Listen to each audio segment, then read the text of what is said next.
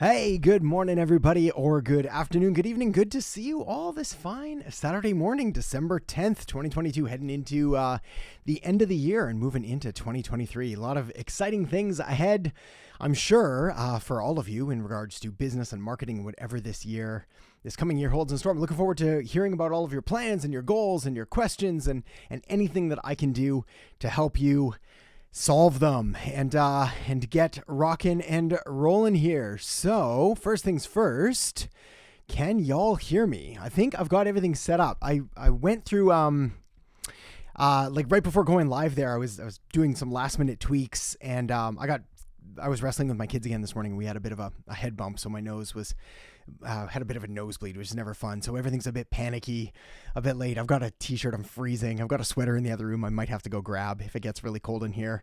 So loud and clear. Oh, the lady writes, wonderful. Thank you. I'm glad to hear that. So it looks like our technology is doing us well. So leave a like if you're already here waiting for a great live conversation. Absolutely.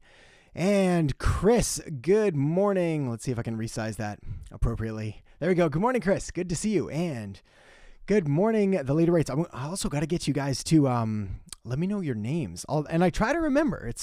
I'm pretty good at it. If you show up a couple weeks in a row, I can normally remember names, not just avatars. The other option you have is changing your avatar to your name dash whatever it is that you want, unless you want to remain anonymous. Elbow cough. Oh, funny story. So elbow cough. Anytime you see like emojis and things like that, I can't see them in the software that I'm using, but I know they mean. That one's our sweet dab, which we got to bring that back. Alan, good to see you. Adam, that's me. I don't have a question. Smiles all around. Wonderful. Goofy Goopert. Hey, everyone. Hey, Goofy. Good to see you. And let's see. Okay, how's your evening going? Wonderful. I'll let you guys carry on your conversation. That's perfect. Architectural Sheet Metal, good to see you. I understand you were with some family stuff last week, so I'm glad you could make it here today. We'll have an excellent chat. Dwayne, whoops, let me resize you. Dwayne, there we go. South African greetings. Good afternoon, good evening there now in South Africa. Good to see you, my friend. How's the leg? Oh, dude, it's hanging in there. I got an ice pack on this morning, so I started doing more intense physiotherapy, and apparently I've been doing too much, which is sort of my personality, I guess. So they told me to dial it back a little bit, but that's good. So I'm working through that, but I've got it iced right now, and we're doing okay.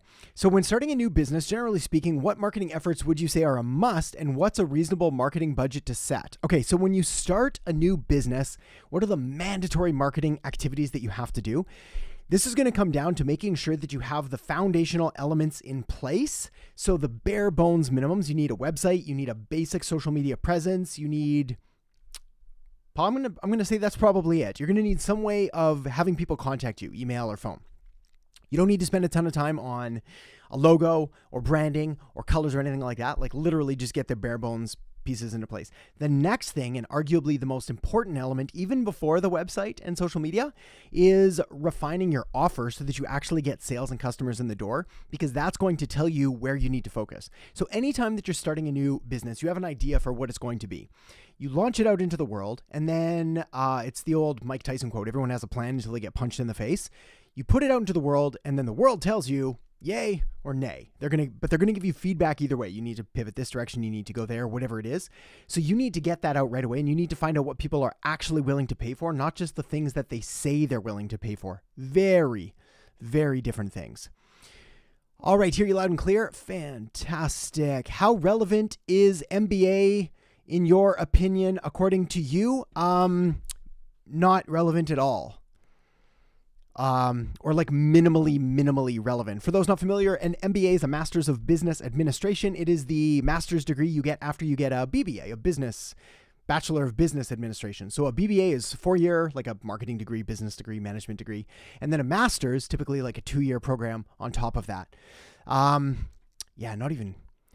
Again, okay, here's the deal. What's your goal? If your goal is to go do like business consulting for a major consulting firm like McKinsey or Bain or Boston Consulting Group, yeah, you need an MBA.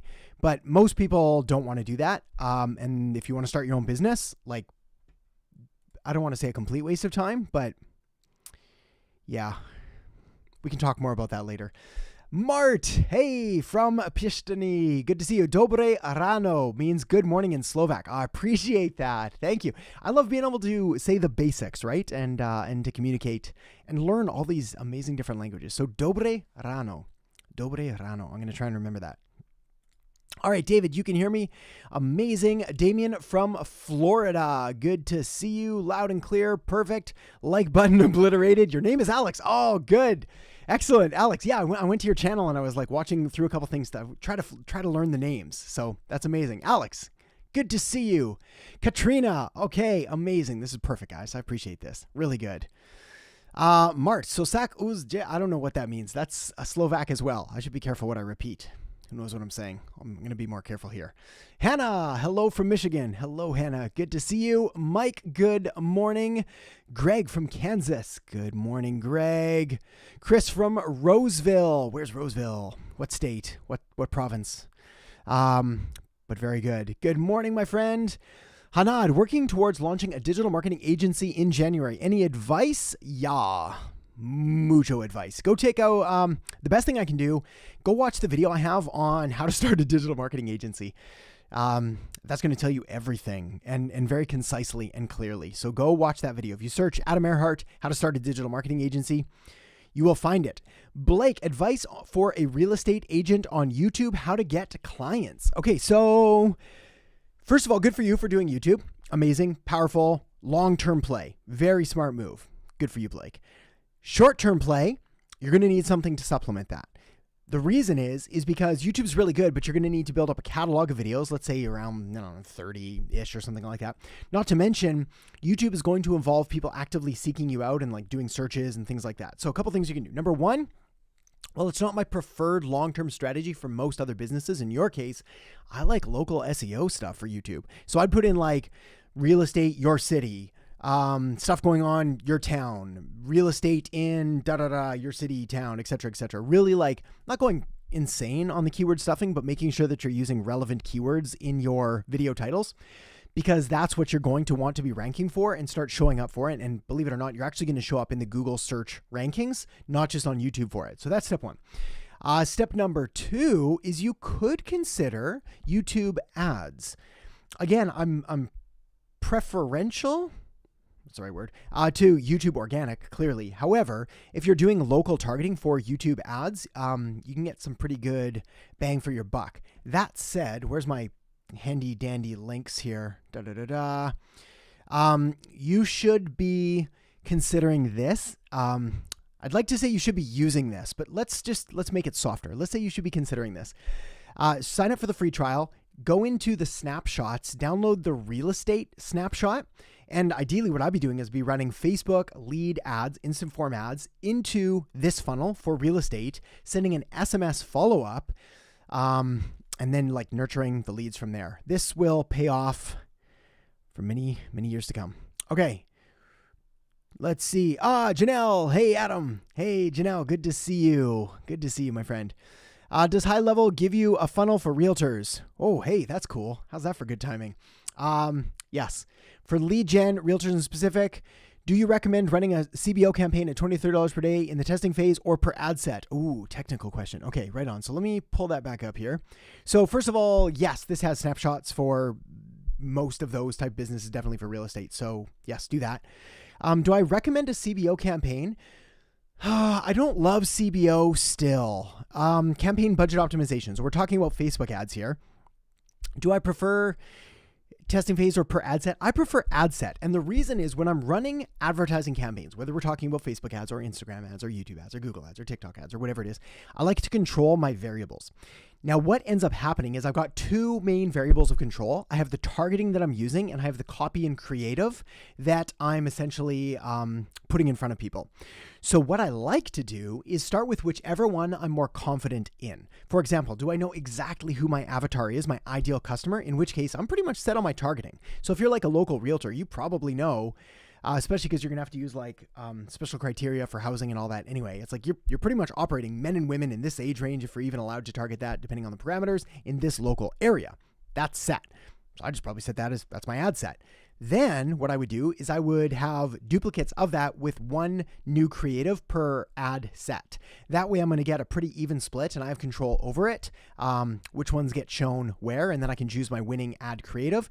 When you're running local ads, you are going to need to vary your creative much sooner than if you're running national or international, just because otherwise you're going to get ad fatigue. Hopefully that helped. That was a more technical question. Alvi, hey, my friend, good to see you. So I wanted to ask a question about leads. I have some contacts of people who keep promising 20 booked meetings in 1 month. And do you think that this is a way of outreach? Okay, so I want to ask a question about leads. I have contacts of people who keep promising 20 booked meetings in a month. Do you think this is a way of outreach? I'm not totally sure what you're asking. Like, are you asking if it's a good idea to have them do this for you? Or are you asking if this is a service that you might be able to offer? I'm going to try to give you an answer that'll answer both of those.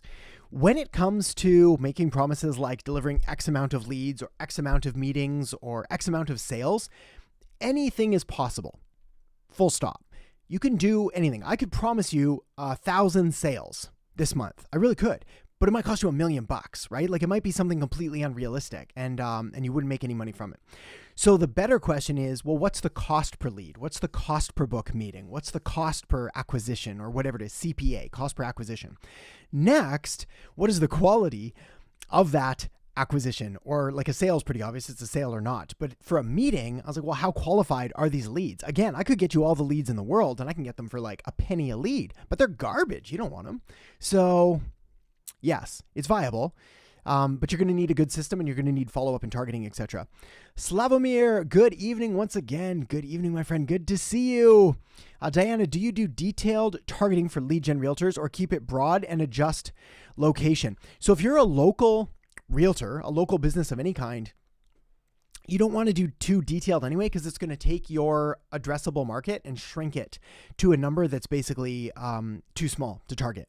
So if you've got a city of, I don't even know, let's say 1 million people in your city, and you probably don't operate citywide, you might even operate just in an area. Well, okay, so now we've limited it down to that. There's not much more I can limit it down to.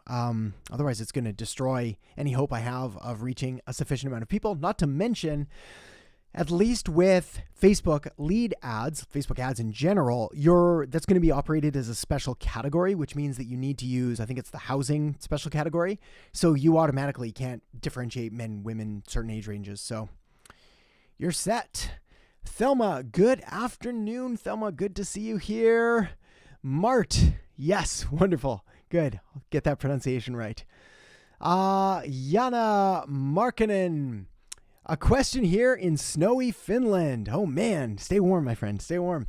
Facebook sometimes suggests that you should combine ad groups because they have the same audience. I tried it once and as a result, the price tripled. Yeah, so many things to say here. So Facebook sometimes suggests things that aren't best for most cases, or they're best for like the broad. What's a better way of putting this? They've got a bit of a hidden motive. First of all, they want you to have success. So anybody that thinks like Facebook's just out to like take your money would be crazy, because if you don't make money, you don't advertise with Facebook and you go somewhere else. So they do want you to succeed. That said, they often dumb down some of their suggestions to make it approachable. And it depends on the business and the industry and the market and the offer and all of that. So everything can work. For example, broad targeting versus detailed marketing, that can work. CBO, campaign budget optimization, versus setting it at the ad set level, both of those can work. Sticking a bunch of different ads in one single ad set versus spreading them all out, that can work. I mean, there really is no one perfect thing. That said, I have a system that I like because I've used it for over a decade and it's pretty much proven for me and it's the way that my brain works and all of that. So I've got something that works. However, I would do what you've done. I would try it out. I'd put them all together. If the cost tripled, I would stop doing it. I wish I could give you a better answer, but like literally that's cool. I'm glad you did it. I'm glad you tried. Now that it didn't work, that's fine. Let's stop. We'll do something else. So yes, Facebook is going to suggest all kinds of stuff and a lot of it's bad. A lot of it's bad. A lot of it are actually default settings as well. So this is the reason that I come out with at least a Facebook video once every couple weeks or whatnot, is there's always some new setting that they've introduced that they've now left on default. That's terrible. That you want to go in and turn off. So Diana, you got here early, so that's all right. We'll get to your questions. For lead gen, do you recommend running brand awareness or engagement campaigns and then retarget those people with lead conversion ads? No, I don't. If you want leads, run lead gen ads. If you're not getting the performance that you want, or you want to test something else, sure, try engagement, try traffic, retarget with a lead/conversion ad. But like literally the fastest, easiest, most effective, most cost-efficient way is to just tell Facebook or Instagram or YouTube or Google or TikTok, whatever it is that you want, and then have them optimize for that. Back in the day, we used to have to try to circumvent Facebook and we try to outsmart it. They've gotten better now. So now just tell them what they want. All right. I'm on a roll. I just realized how quickly I was talking, forgetting to breathe. We'll get some water. Hang on. All right. Goofy Goopert. When there is a client of my marketing agency and they launch a new product that I know won't work, how should I tell them? This is a great question. I like this. Oh, hang on. I got something cool. I went and I couldn't find my same dancing bear, so I found a bunch of other dancing bears. So this is a dancing bear question. Okay, so what do? You've got a client. They have an offer. You know it's going to fail. What do? You tell them. You tell them politely. You tell them professionally. You allow them to make the ultimate decision, but you let them know why you think what you think, and you tell them the reasoning behind why you think what you think. If this causes the relationship to become fractured and you lose them, so be it. It's my strong opinion, like violently, aggressively strong opinion, that we as marketers have a fiduciary responsibility to our clients. We don't have a legal one, which is why our industry can sometimes be viewed as a bit of a swamp, because people come in and they scam people and they do all kinds of sketchy stuff in order to make a quick buck. Terrible idea, right? Like your name, your reputation is all you have. And if you want to be in this industry for any length of time, I strongly suggest doing what is ethically right. And it's ethically right to let them know. They're coming to you as the professional. So when they come to you and they're like, hey, I want to sell, I don't know, this garbage thing that's never going to work. What I would do is I'd be like, hey, cool. Let's take a look. All right. So based on my research, here's what I think. I don't think this is going to work as it is. And the reason is because this. What we can do instead is maybe we try this, maybe we try that, maybe we try this. What do you think? So don't just tell them, it's crap. It's never going to work. Like come up with an alternative and a suggestion and explain why. But honesty is the best policy. That's something that I did from the very early days, even when I literally could not afford to lose a client. And you'd be amazed. Like I don't think I ever, I'll hedge a little bit and like maybe one, but like in all my years of doing this with all the clients, I don't think I've ever lost a client because I was like, hey, I don't think this is the best idea. We should try this instead. If anything, they've always been like, that's amazing. Thank you for telling me. Everyone else just took my money and ran ads and then nothing worked. And then you still look bad. So if you run ads or you do marketing for someone with something that's not going to work, they're still not going to like your results. They're still going to be mad. So you better get up front of it. Okay, Kaio, Adam, I have a pool service business. Do you think it is a better option to close clients on the phone or to have a VSL with an option for subscription? Okay, so there's a hierarchy of conversion rate effectiveness that comes down when you're doing sales. So in person is number one. If you can meet someone face to face, you're going to close more people than any other way. Followed by phone call, followed by application, setter call, etc., followed by sales page, followed by crappy sales page, followed by email that just sends something. It's like we're going to go down the tiers. But the main point to remember is that like in person, face to face is top, but it's unrealistic to talk to most people face to face. Phone call, like easily your better option. Now, I would book a phone call. I might still send them a VSL with an application. I might still convince them that a subscription is going to be best for them, but you're going to get so much better feedback by starting with a phone call. Yeah, I think that's all I have to say on that one. Lakshay Garg. Hey, Adam, absolutely got hooked on your videos. Thanks a lot. My pleasure. I'm glad you're enjoying them. What kind of emotions can I evoke in my ads? All of them. Which ones work the best? My audience is people worried over their relationship. Okay, so this is a dancing bear question. Where's another one? New dancing bear. All right. Let me know if you guys don't like the dancing bear. We can stop him. But so far, he's making me feel happy. What emotions can you evoke? You can evoke any emotion you want. Fear, anger, greed, lust, betrayal, happiness, excitement, joy. Are there other emotions that work better than others? Yeah, there's been a ton of different psychological studies on like which ones to use in your advertising.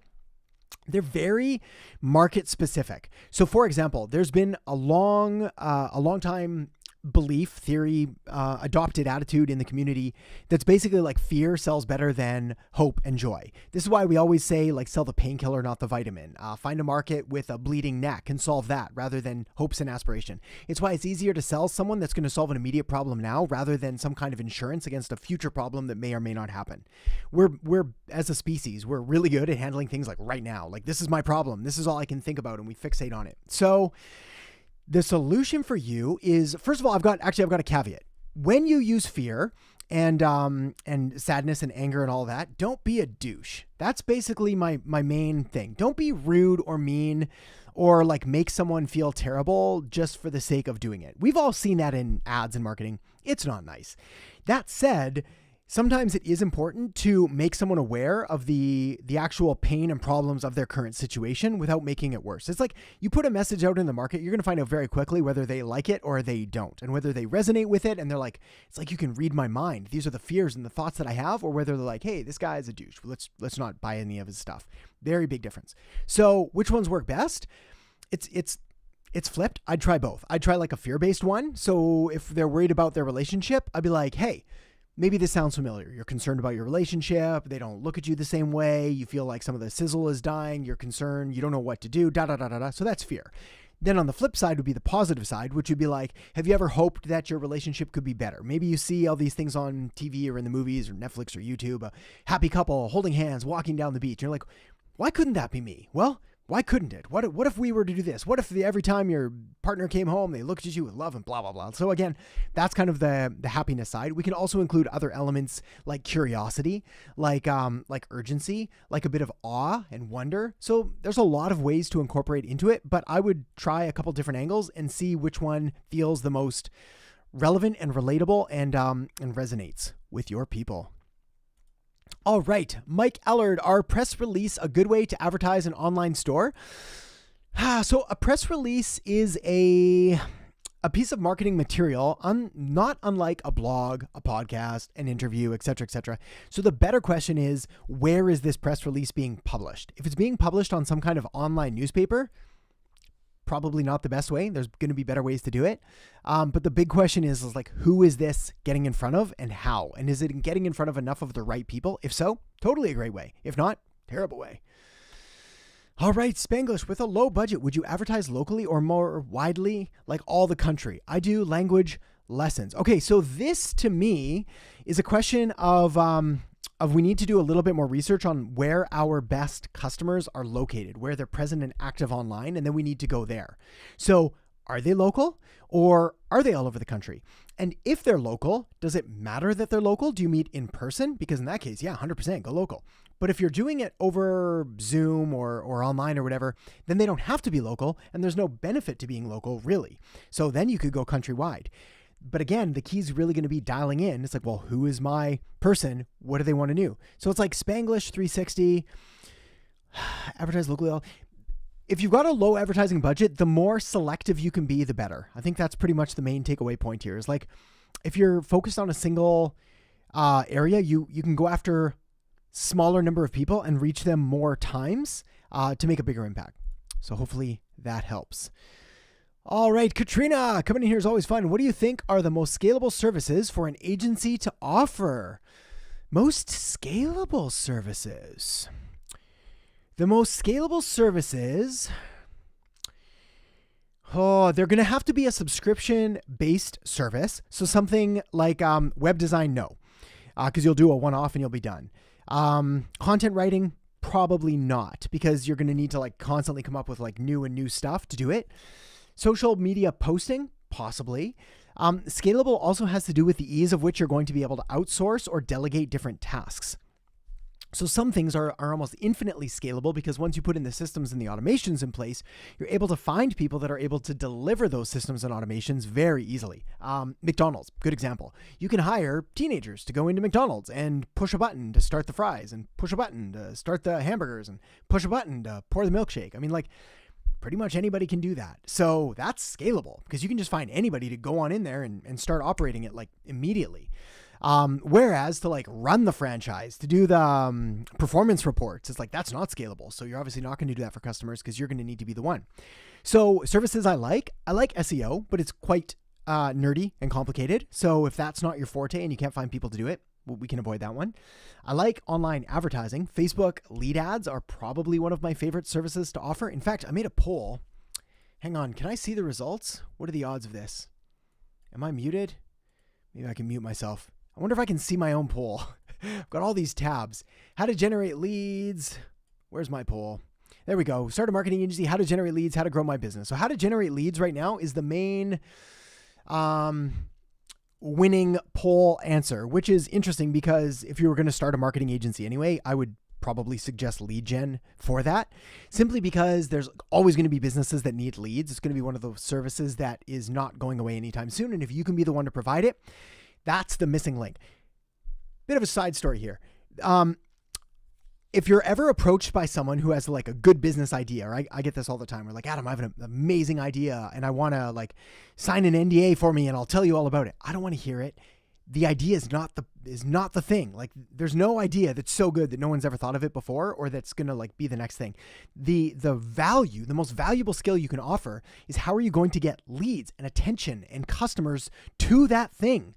That's infinitely more valuable, which is why once you learn and master marketing, you can do anything you want. You can sell anything you want. You can help any business that you want. But until you have that skill, you're reliant on other people to do that for you. So did that answer the question? I think so. Lead gen, SEO possibly. Mart, regarding the money question in the beginning, I closed the deal after the owner telling me they had no money and they chose a $30,000 package. So in my experience, everyone tells you they have no money. Yeah. Yeah, they totally do. Like, it's a hedge, right? It's because like, it's so funny for like when someone's like, granted, sometimes they don't have money, but like a lot of clients are going to say like, oh, I don't have the money for that. Couple things. Number one of which is that there's always money to be found for something that's going to deliver an ROI. Again, the example that I use all the time is if you're able to create an automatic money-making machine, which is what marketing is, where you put in $1 and you get $2 back out, how often are you going to do that? You're going to do that as much as you can. How much money are you going to find? All the money you can. You're going to sell everything you own. Sell a kidney. Don't sell a kidney. But like, you know what I mean? You're going to find the money to put in the $1 to get back 2, because then you can put in 100 to get 200. Put in 1,000, get out 2,000. Put in 100,000, get out 200,000. And we carry on from there. It doesn't scale exactly linearly. There is a point of diminishing returns, but that point is, it's way down the road. So yes, they will say they don't have money. Over time, as you start talking with more and more clients, you're going to get better at evaluating which ones are telling the truth and which ones are just using that as a good excuse or reason to not do business with you. If it's some other reason, like if someone's saying, I don't have the money, it's a lot easier than saying, I don't trust you. I don't think you're actually going to do a good job. I don't think that you're the right person for this. Like that's awkward. They'd rather just be like, I ain't got the money. So yes. Fascinating though, people. Fascinating. That's why I love marketing. We're dealing with people. People are interesting. We do interesting things for interesting reasons. And only upon reflection do we realize what just happened. Chris, just took your digital marketing course and now I'm a bit lost. Well, that's not good. Let's get this solved. I'm a food and video producer. I landed a few clients in 2022, but I'm dry for 2023. I need help constructing an offer for 2023. I don't know what a food and video producer is. Like a food video producer? A video producer for food businesses? You make food and videos? You need an offer. Okay, so if you need an offer, then I landed a few clients in 2022. What did you do in 2022? Go back, look over your 2022. What is the services that you offer? What is the package that you put together? What are the clients that you went after? What are the similarities between them? How did you do it? Did you make outreach? Did you do unscalable activities? Typically what ends up happening is with any new business, people will do a lot of the grunt work. They'll put in the blood, sweat, and tears. They'll get a bunch of results and then they'll try to find something else. I'm not saying this is you, Chris, but like they'll pivot, they'll do something else and then be like, why is nothing working? It's like, well, you had something that was working or you wouldn't have got clients in the first place. So if you do that again, ceteris paribus, the Latin phrase for everything else equal, like you'll get clients again. Second thing, Re-go through the course. Did you go through everything? Go through the bonus module on the marketing master plan and really work through that. Pay special attention to the section on the model. I really want you to clarify what you're doing and all the variables around that. For anybody interested, I'll put a link there. You can find out a little more about it. But spend time on that bonus module on the marketing master plan. And that'll get you some clarity. All right, Mart, is it Roseville, California? I love that place. Look at this. Everybody's knowing all the places. Hannah, good to, yes, thank you. Yeah, let's do a thumbs up here for real quick. A quick like button. I'll grab some more water.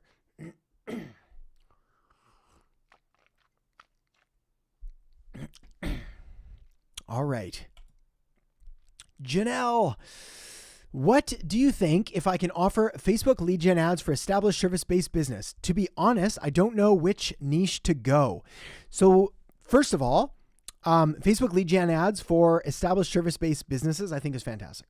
I think it's great. I think it's one of the easiest ways to quickly get up to speed and be able to learn the ins and outs of a marketing software and program and advertising solution without having to spend like 10 years studying every single thing ever. Like literally, all you have to do is learn the basics of Facebook ads, how to set up a lead gen form, how to set up an instant form, how to set up the campaigns, how to write the ad, and relatively easy stuff. We don't need long form ads. We just need something that's like, hey, go do this thing. You don't need software, but I'd recommend that you do because I find it's easier. There's also some templates in here. So head into high level and you can pick from a bunch of different verticals as well. You'll find like plumbing and roofing and solar and et cetera, et cetera. And then, oh man, like what's your network? Do you have friends in plumbing or roofing or restaurants or chiropractic or accounting or lawyers? Do you have anybody in there that you could start to do stuff for to get results for? We all have a pretty decent network of different service-based businesses that we use all the time. Like where do you go for dentistry? Talk to your dentist. Where do you go for haircuts? Talk to your haircut. Like all of these are potential lead gen sources that you already have relationships with. There is no one right niche. Personally, I like solar, HVAC, roofing. I've had good results with plumbing. I've done automotive. I've done dentists were fine. I didn't love dentists because it was relatively competitive in that niche, but yeah, there's a lot. So go for it. Okay, Roseville, California. We got them. Perfect. Abe, good to meet you. Thank you for the name. That's fantastic. All right, let me keep going. Bamal, when you made the social media post, so when you make the social media post, how do you know it's working? If not, how do you make sure it's working? Oh, okay. Well, here's the, go through it the right way, model market message media machine. What are your goals for the social media post? That's the way to find out if it's working. Like, what do you want it to do? This is something that we should be doing at the very beginning of any marketing campaign, whether we're talking about social media or email or video. What do you want it to do? Are you trying to get sales, likes, comments, shares, engagements, interactions, whatever it is? Then you've got something to measure against it. For example, if I want this social media post to lead to an increase in website traffic, well, I can make the different social media posts. I can track my website traffic. Did my website traffic go up? Yes, it did. Yeah, it's probably working. Did it go down? It's not working or having no effect. That's really it. You've got to set the goals and then you've got to measure things against it. Think about like fitness and weight loss. Like if you started a new fitness program, why are you doing a fitness program? Is it to gain muscle, to lose fat, to get faster, to jump higher, to be more flexible? And then you measure. Am I getting leaner, fitter, stronger, faster, jumping higher? Am I more flexible? If not, ain't working, or you need to do it longer. Okay, Alan. Hey, Adam, share some tips on how to market research for creating copy, sales page, email, upsell, and blogs. That's all the things, Alan, all the things. How do you do market research for creating copy? So number one is like you go to the old masters. So you go to Eugene Schwartz and Collier and Halbert and all those. And you do your due diligence on like how to structure sales pages and how to write effective blogs and things like that. Sales letters, they would have called them back in the day. Then you do a little bit of competitor research. So ideally you're going to pick a niche or a field, or you're going to pick a kind of copy. So like right now you're talking about sales page, email, upsell, and blogs. So that's cool. You can do all of those. But if you're going to be a master in those, you better pick a niche. Like maybe you're writing for the fitness niche and you're going to do all the stuff for the fitness niche and you know everything about that industry inside and out. Or you're going to become a master email copywriter and you're going to know the structure and the cadence and the format and the frequency and the follow-ups and all of that. And then you can do it for a number of different niches. The best and the most successful copywriters typically focus in on a couple different areas. So for example, when I was where I really had a breakthrough monetarily in my agency and in my career was I was doing Facebook ads for fitness businesses. And I was writing the copy and I was also running the ads. So I learned everything about the fitness business, like everything I could, inside and out. And I read all the books and I read all the copywriting. And every time I read the copywriting reports and the case studies and the books, I would apply it to the filter of fitness. And then I would write out different ads and I ate and breathed and lived and slept that. And it was incredibly lucrative. So that's the secret. Otherwise, you sort of end up just spreading yourself super thin. So final point, blogs, I wouldn't say you need to master copywriting because that's more content writing, which is a different beast. Maher, hello, Maher from Italy. Good to see you. I don't know any Italian right now. I used to know a few words. Just started my digital marketing agency. Fantastic. Congrats, my friend. That's wicked. Z, right. Do you have any tips for generating leads for a B2B, very niche services company? We have an OKR program to help companies implement OKRs for better strategy, execution, outcomes. Okay, so let's focus on the top thing, which is B2B lead gen, very niche. We're gonna hide that question because I think it's gonna be valuable to everyone. So what do you do when you're B2B? You're in a very niched business, so you've got a very small group of buyers that could potentially do business with you, hundreds, maybe thousands, not millions, thousands. Well, my friend, you create what I call a power list. It's essentially a hit list, and you make your top 100 companies, contacts, people, and you go through them and you start forming relationships with all of them.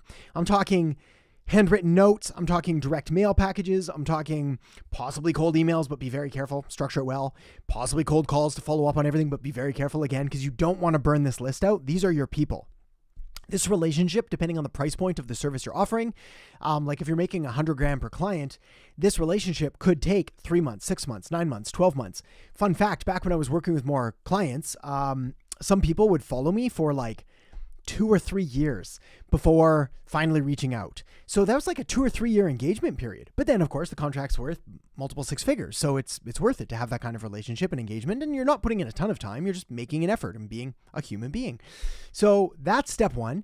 Step 2 would be to never forget that on the other end of a B2B lead, it's not a B2B company, it's a person. So yes, have your power list, but make sure that you've identified the key stakeholder, the person that's going to be making the decision.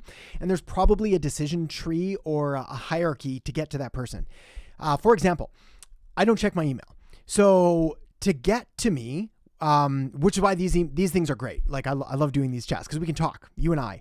But because of the volume of email that comes through my inbox, I can't check it or I would just sit there all day do an email. So it goes through my brand manager, and then my brand manager screens it all and decides if A, I can help, or B, it would be something that would be interesting or valuable enough, and then decides whether we have a discussion about it or not. The higher up you go for the people that you're trying to reach, the more gatekeepers they're going to have in the way. So you've got to be aware of who these people are, what they're looking for, what they're not looking for, and patience and resilience and a bit of a thick skin. Bruce, good to see you, Bruce. Does high-level work well with music marketing, and how is it different than ClickFunnels? Yeah, it's like, it's a less shiny, better ClickFunnels. So ClickFunnels is like really pretty and nice and looks really cool. High-level is like that, but slightly less pretty, but better. Because it has more functionality. So ClickFunnels is really good for a funnel. So it's like a good landing page, a good funnel, or whatever it is. But that's sort of where it taps out. There's other things you can do. I just don't like it very much for those. High level, on the other hand, we're going to use this more for like the actual nurturing and follow-up. So it's got SMS capabilities and email capabilities and calendars and CRMs and all kinds of integration. So it's a significantly beefier thing. Does it work well with music marketing? I've not done music marketing with high level. So I'm not entirely sure. To me, the better question would be, what's your funnel look like for music marketing? Are you selling music? Are you trying to build a list? Are you generating leads? Are you teaching music? To me, like a piece of software or a marketing strategy, they tend to work well regardless. Like, no promises here, but first of all, there's a 30-day trial, so you can just try it out and see if it works. And if it doesn't, then you can bail out. But normally people look for like the tool that's going to help the industry when the reality is like, well, who's the market and what's the offer that I'm making? And then what's the best way to go about getting that in front of them, which comes down to like, what's your conversion tool and what's your best way of follow up and so on. So I'm happy to discuss that more with you though. If you either today at the end, if we get to it, or next week, we can unpack that a little more. Let me know like what your offer is. In fact,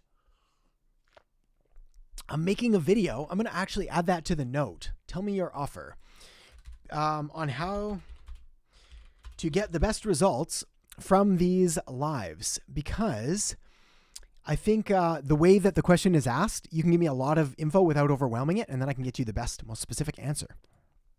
David, I'm doing an apprenticeship in marketing and work for a small company. We do service type of business, and I want to get into social media marketing. What should I do as a first step? Well, if you want to get into social media marketing, the first step is to familiarize yourself with the key social media accounts, how they work, how they're posted to, what the themes, what the trends are. Fortunately for you, they're more simple now than ever before. So here's the ones that you need to be aware of. First of all, again, I'd find out where who the target market of this marketing company that I'm working for is, because then I'm going to be able to figure out which social media platforms I need to prioritize. So the big ones are like obviously Facebook, Instagram, Twitter, TikTok, YouTube, LinkedIn. Those are going to be your big ones, possibly Pinterest. Maybe Reddit, Discord communities, Quora, like quasi social media sites. But it's like Facebook, Instagram, TikTok, Twitter, YouTube, LinkedIn. Those are the big ones. Most businesses are going to find success on like one of those platforms. It's typically Facebook and Instagram. So if you're going to start anywhere, start there. They're the most used platforms. If you're B2B, look at LinkedIn. If you're serving like predominantly women, look at Pinterest. If you're tech, urban, political, look at Twitter. What else? If you're younger, Gen Z, and you don't mind short vertical video, look at TikTok. And if your business has any capability to do video whatsoever, then obviously look at YouTube. It's going to give you the most bang for your buck and give you the ability to make content on other sites as well by repurposing and sharing. All right, Kaio, some of my clients are backing out from signing a service agreement for pool service. Any advice? So, a couple things. First of all, if the industry standard isn't to sign a service agreement, then you're introducing something new and there has to be a benefit for them to do it. And you've got to educate them on why this is in their best interest. So anytime that we're making an offer to a customer and they're not taking it, it's because they don't look at it as a valuable thing for them. So the service agreement is great for you. Now you've got a service agreement. You're their exclusive provider and et cetera, et cetera. But for them, they're like, why would I do that? I could just call your competitor down the street if I don't like what you do or whatever. So there's got to be some kind of incentive. Maybe it's a discounted rate. Maybe it's guaranteed service. Maybe it's upgrades or upsells included. Maybe it's whatever else. I don't know what else you offer in the pool cleaning world. But you know what I mean? There's got to be something that you're communicating why someone would be like, man, I got to do that. I'm signing with this guy. They're the best I've ever had. They take care of everything. They have a network of other people. So that's it. You've got to, basically we have to fix the offer and put it in their best interest. Diana, my pleasure. How to get clients, bro. Yeah, dude, like everything we're talking about. There's so many things I could talk to you for like 12 hours straight about how to get clients. The big thing is you need to come up with a really good offer and you need to show them why you're the one that is the best position to deliver that to them. I think pretty much every video on my channel is going to help you there. So if that's sort of step one, then grab a pot of coffee, pot of tea, and pen and pencil. And let's go. Diana, do I prefer Asana or Notion for project management? I prefer Notion. Personally, I've got a couple of videos actually coming out that are fortunately going to be sponsored by Notion. Just got to get those finished. A lot of stuff heading into Christmas here. But yeah, Asana's great too. Nothing against Asana. We use Notion internally for our team. It's what I've used for a while now. I like it. Paula, good to see you. I'm starting a company that helps people write and publish books, and I have basically zero in startup money. That's cool. That's good. That's most people do. That's better that way. You bootstrap. You get creative.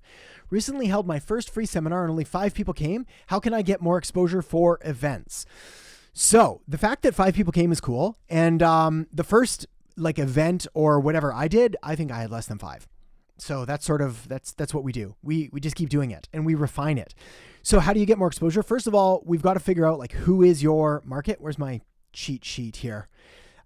Just walk through this one real quick. Model market, message, media, machine, because this is going to help make sure that you're doing the right kind of offer for the people that are actually interested. And then you're positioning your seminar in a way that's really interesting and intriguing. So maybe it's like the how to write a book in 30 days thing, or the unpublished or unknown to published author in 6 months, or whatever it is. There's got to be something that your people want that you can show them the first few steps of how to get there. And that's the trick. Once you come up with a good enough irresistible offer, they do tend to generate some exposure by themselves. That said, that's not enough. We need to do more as well, which is why we're also going to create a ton of content on the platforms where your market is present and active. So what social media platforms are your current and potential authors hanging out on? What kind of content can you make that helps show them how to write, how to edit, how to think through plot structure, design, or outlines, or table of contents, or whatever it is. But don't give up. That's the big one. Oh, and there we go. Katrina, we're in the same niche. Maybe we could connect and brainstorm. There we go. Let's let you guys have a chat. I think that's important. Mathieu, nice rectifier. Thank you, my friend. Yeah, it's fun. So fun story. Where's the amp? So the rectifier is it's a triple rectifier. It's over there. I don't play it as much as I should, but it's my favorite guitar amp of all time. And we're building out a different smaller, same size YouTube studio just over there. And I had to get another amp for it because it's sort of part of the brand. But I don't know what to get because I don't want to get another rectifier. It's the same one. Any suggestions? Let me know. I'm really curious what other amps we should look into here. What's a decent budget to advertise from Facebook locally? 1 kilometer radius. Oh man, that's so small. 1 kilometer radius. To me, how many people are there though, right? 1 kilometer, I live in a smaller part of, outside of town or whatever. So around 1 kilometer of my place is I don't know, 1,000 people max, maybe 2,000. But if I was back downtown, there'd be 30,000 people. So the people matters more than the proximity and the distance. But anything, again, for budget, what I'm looking for is 3 to 5 times maxed cost per acquisition per ad set per day. So if I'm counting on getting a lead for $3, my budget per day is going to be 3 to 5 times that. So $9 to $15 per day per ad set. Supreme motivation. How do you get as enthusiastic as you? Yeah, you talk about things you love. I think that's it. I think that's really it. If you ask me to talk about stuff that I don't like or don't care about, I'm not very excited. It'll be boring. I don't know what it is about marketing. I think it's the human side, the psychological side, the business side, the fact that you can make money with words, that you can solve problems by communicating value. Fantastic. Absolutely coolest thing I've ever done. So, Ace, do you have any marketing advice on growing your YouTube channel? Yeah, totally. So it's funny. The conventional wisdom on growing a YouTube channel is correct. And it's not fun and it's not sexy, but it's right. And it's literally consistency and constantly evaluating what's working and what's not. So for starters, you need to have your bare bones minimum videos. You need 30 videos because you need data in order to evaluate what works and what doesn't. Once you have 30 videos, and provided you've been trying to get better with each one, well, then you want to try to get 1% better with each video. So how can you improve the audio for the next video? How can you improve the lighting for the next video? How can you improve the opening hook for the next video, the title for the next one, the thumbnail for the next one, the end screen for the next one, the description? You get where I'm going with this. And if you keep making these changes, it adds up relatively quickly, where if you take a look at the videos on the channel now and compare them to a year ago, they're pretty different. But if you compare them to 5 years ago, they're night and day different. And it was just literally because we just kept constantly evolving and changing. We also look at the data a lot, which videos perform well, which topics perform well. A lot of it just comes down to the stuff that I want to talk about though. And funny enough, or unsurprisingly, I guess, the things that I get most excited about are the ones that tend to perform better because energy gets transferred. I get all excited talking about certain things and then people find it more interesting. Your offer sucks.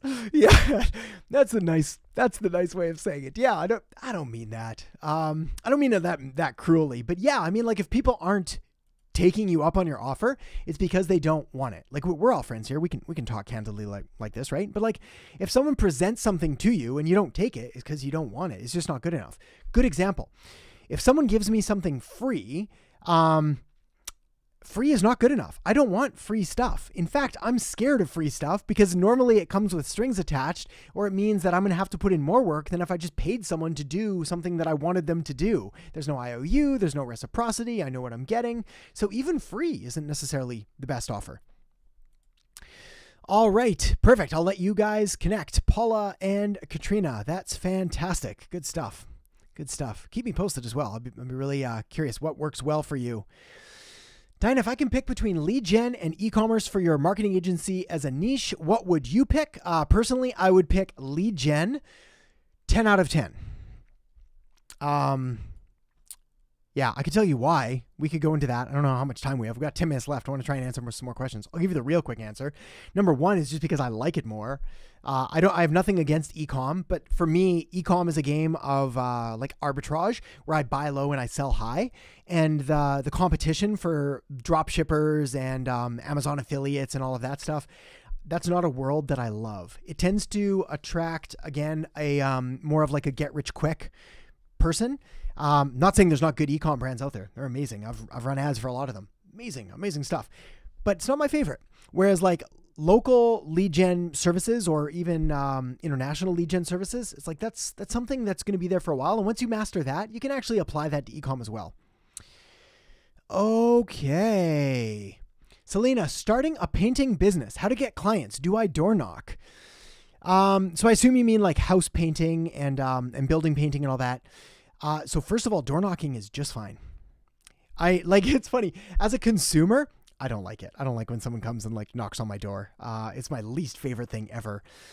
But if I'm looking for house painting and someone comes and offers house painting with a really good offer of like, we'll paint 3 walls and you get your 4th wall free or whatever it is, I might call them. So yes, that's an option.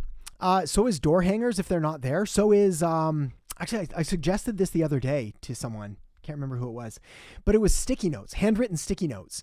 And essentially it was like writing out sticky notes. It's like, hey, I'm in your area this next week and I've got, I'm a painter. And if you need anything painted, I've got availability and I might be able to fit you in or something like that. Sign with your name and with your email and possibly your website, write it out. It's a lot of work, but like you could sticky note those and that might actually get better traction than like your standard flyer printout thing, kind of quasi guerrilla marketing.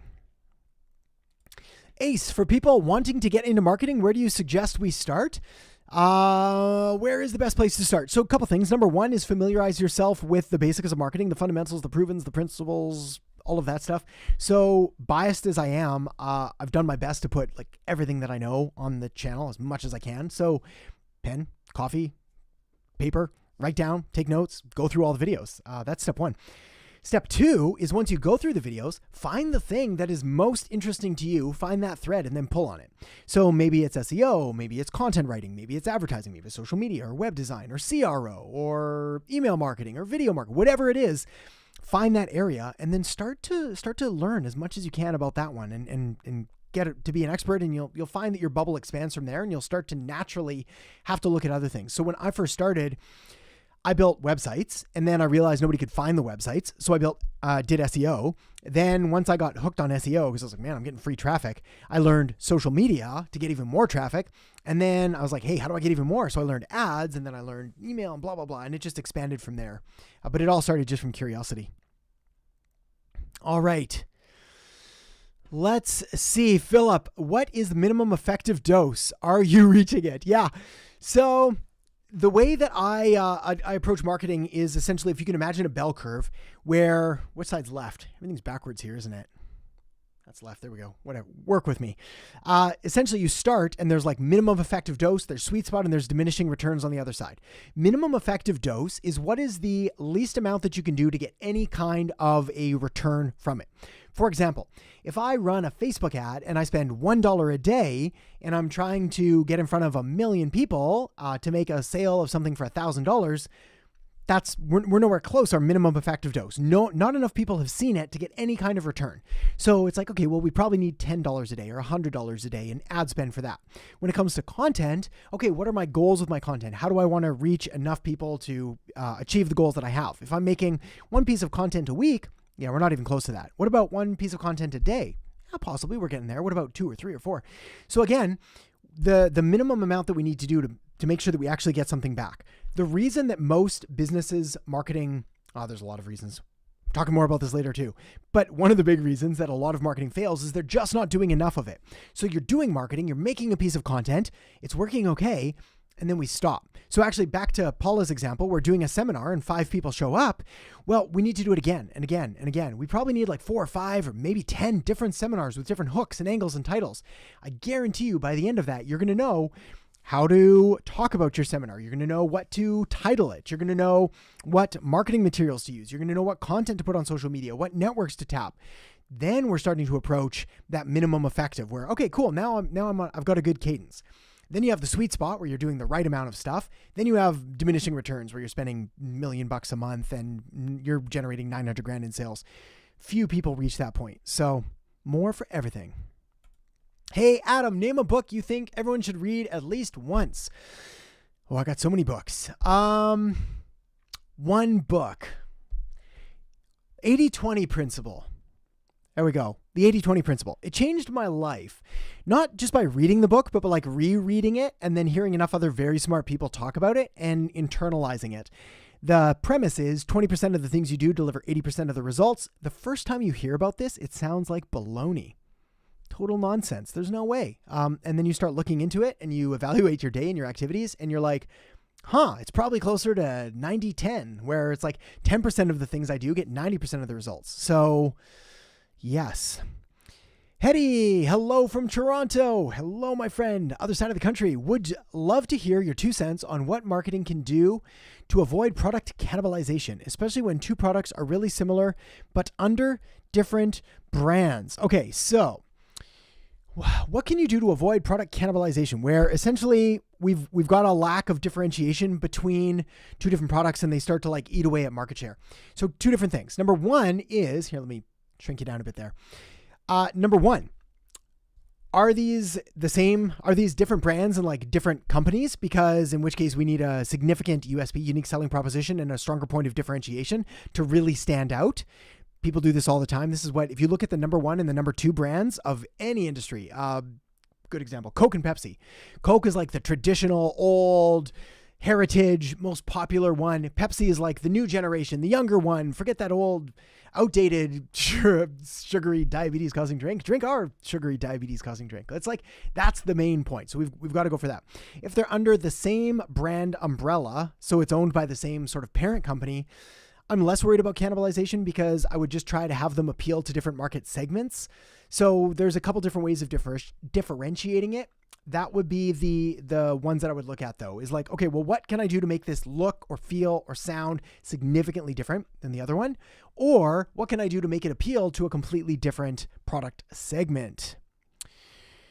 Okay. 2 minutes left. Okay. Hang on. Love the dancing bear. There we go. Another dancing bear then. We'll bring him back. Let's see if I can find one more. I'll see if I can burn through a couple real quick here. What's better, paid traffic or free traffic? If you're less than 10 or 20 grand a month, free traffic is better. If your business is doing more than 10 or 20 grand a month, paid traffic is okay. I'm still not going to say it's better, but it's okay. They're different. What do I recommend? Josh, good to see you. What do I recommend to spend on marketing compared to your monthly revenue for your small business? 5%, 10%? Yeah, I like those numbers. I mean, for me, again, if I'm putting in $1 and I'm getting $2 back out, I spend as much as I possibly can. So I don't look at percentages anymore when I'm scaling up a campaign for a company, as I look at the ROI of it, and the more that I can do, the more that we allocate to it. When you're first getting started, I think 5 to 10% is a safe number to start playing around with things, but make sure that it's accountable. Make sure that I prefer 10%, obviously. 5's a little light, but I'd be like, okay, well, of that 10%, what's going to paid? What's going to organic? What's going to content? What's going to video? What's going to the management? What's going to the person running everything? What's going to scheduling? So I want to make sure that I'm doing the right things and that I'm getting a return on it.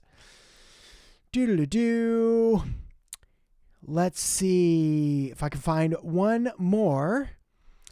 And then I got to go make pancakes Saturday morning. Let's see. First, what would be the best way for me to get them? Okay, let's do this because I think it'll help. And we're on the topic of lead gen. Greg, I'm fairly new to the world of digital marketing and I'm meeting my first potential client in person next week. Good. I like the in-person stuff. That's how I started as well.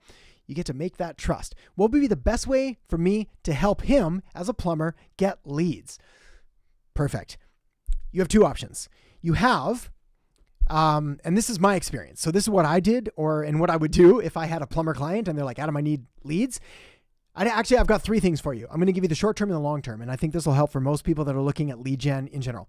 Number one, Facebook ads.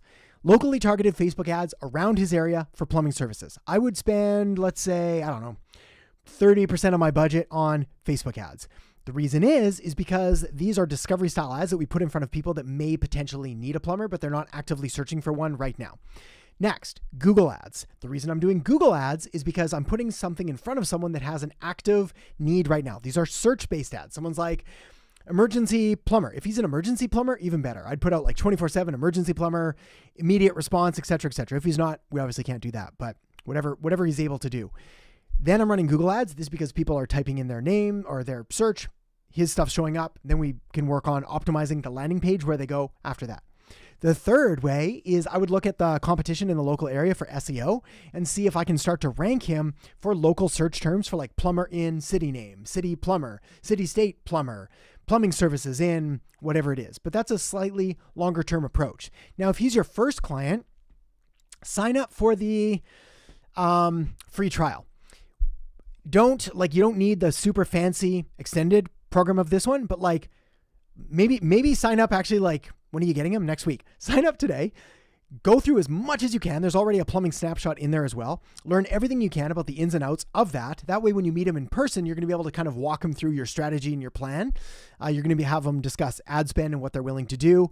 Then you can feed them into the software. You can start getting them leads. The beauty of this is like when you run Facebook ads and Google ads is that when you set up this software, he's going to start getting messages directly to his phone the second leads start coming in, and it makes you look like a magician. It's the coolest thing ever. I can't even begin to tell you how neat it is when you like run an ad campaign for a client and their phone starts lighting up like a Christmas tree with all the new leads that you're getting them. Trust is like immediate trust from there. So that's it. And I think that applies for anybody that wants to do kind of like lead gen stuff, especially if it's local. Okay. I think that's it. I think we're good. That was all we had time for. So thank you for joining me here today. Looking forward to seeing you on, I think we got a video coming out Monday or Tuesday, and otherwise I'll chat with you next week. Hopefully all goes well. And in the meantime, make sure to say hi in the comments. Once again, thanks for being here. Have a great week, guys. We'll see you later.